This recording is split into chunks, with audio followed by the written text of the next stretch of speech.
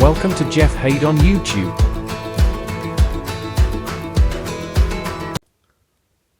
Hello and welcome to another video. Today we're not looking at my newly weathered box vans, but we are looking at my Flying Scotsman in BR Blue.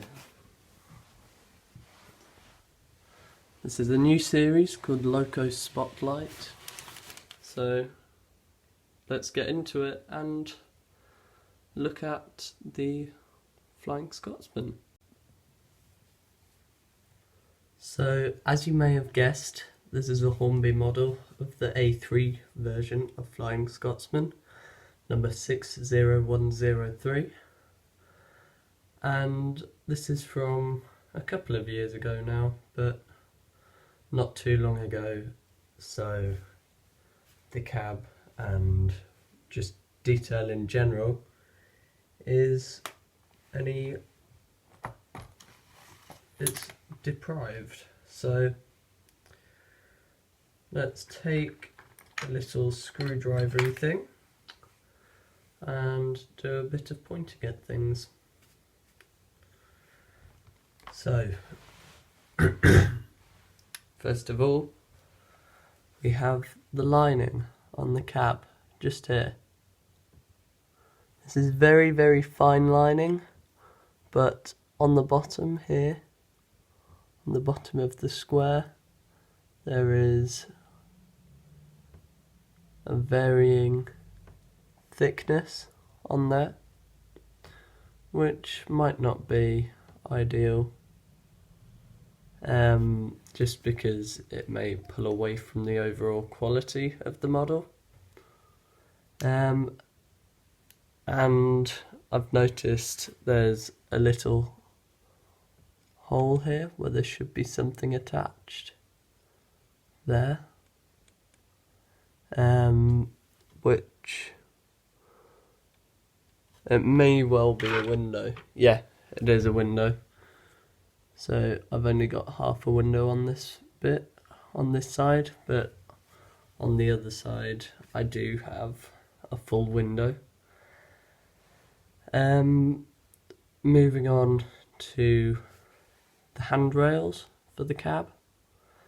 They're very nice, but they could have been helped with adding a bit of colour to them to just make them stand out a bit more, because at the moment they're a bit sort of blending in and you have to really look for them to see them. So there's one on the tender here and there's one on the cab here, and these are fairly fragile. Then we've got the one coming across here. That one might not show up on camera as well, but yeah, that's fairly good. And we have the one running along the side of the boiler, which is a bit wobbly, and also it's a bit covered in blue. So yeah, on the real life engine, I believe these would have been metal, but unfortunately these are only plastic handrails, so they are not going to be very sturdy.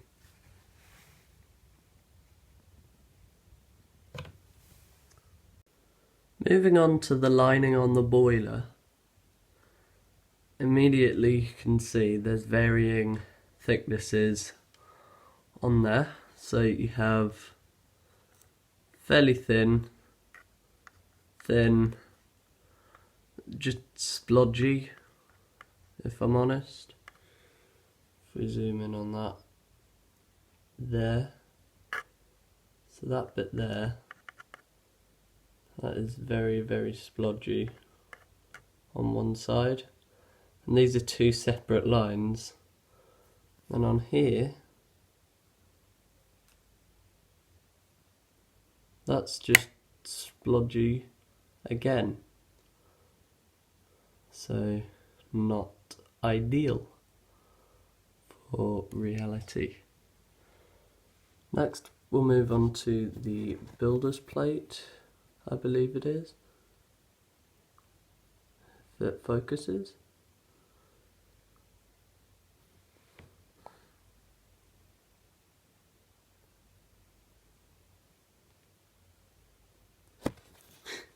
That will not want to focus, I can tell you that now.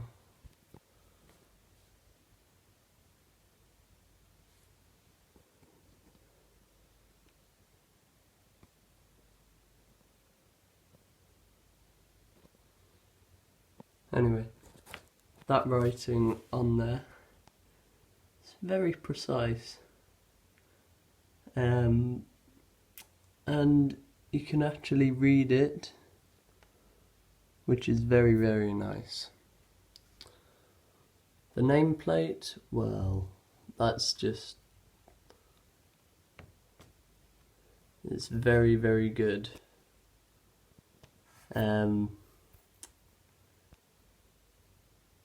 So that looks amazing.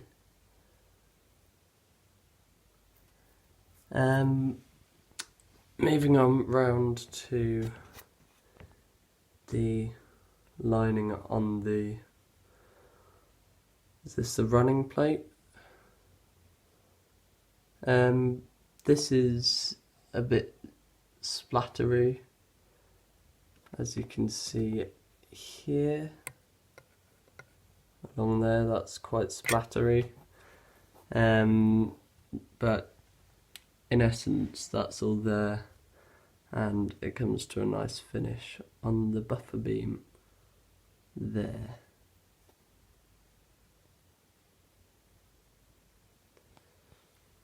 So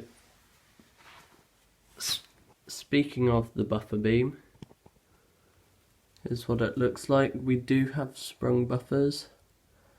If I push the engine back a bit, we can see that there are indeed sprung buffers, and you can see the vacuum pipe here, all very nice, and the number on the front is very nicely applied. Although one concern I do have is a big crack that's on the boiler along the top here. So that is just where they've presumably put the two parts of the body together. But that, it's not noticeable if you're looking at it from here. It's only if you're looking at it from above, which I probably won't be doing. We've got the nice whistles and things on top here. Can't tell if these are metal. Yeah, these are metal. You can tell because they are cold to the touch. And let's move on to the tender now. So the tender's very good. I got this from Sir Rod Stewart. So this has got the logo of the Teenage Cancer Trust on the side of it, which is a nice touch. Because I think he does a lot of fundraising for them, and he works with them a lot. So the tender is DCC compatible, but I don't have DCC on either of my layouts, so that won't be happening. We do have tender pickups, and they do make this engine run really, really nice and smoothly. But in here, in between the Loco and the tender, we do have exposed wires that aren't as one there's probably 3 or 4 under there. And on the chassis of the tender, it's all very nice, but there's lacking a bit of colour and detail. The gold on the Teenage Cancer Trust logo is on point.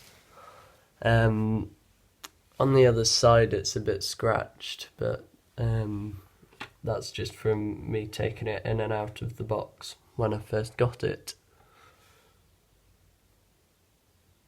So yeah, that's the tender, and again we do have sprung buffers on the back, like so. So I'd like to thank you for watching, and hopefully if you enjoy this series, please do leave a like so I know whether to continue it or not. Other than that, thank you for watching. Join the Discord, like, subscribe and comment, and I'll see you in the next one. Thanks for watching. Goodbye.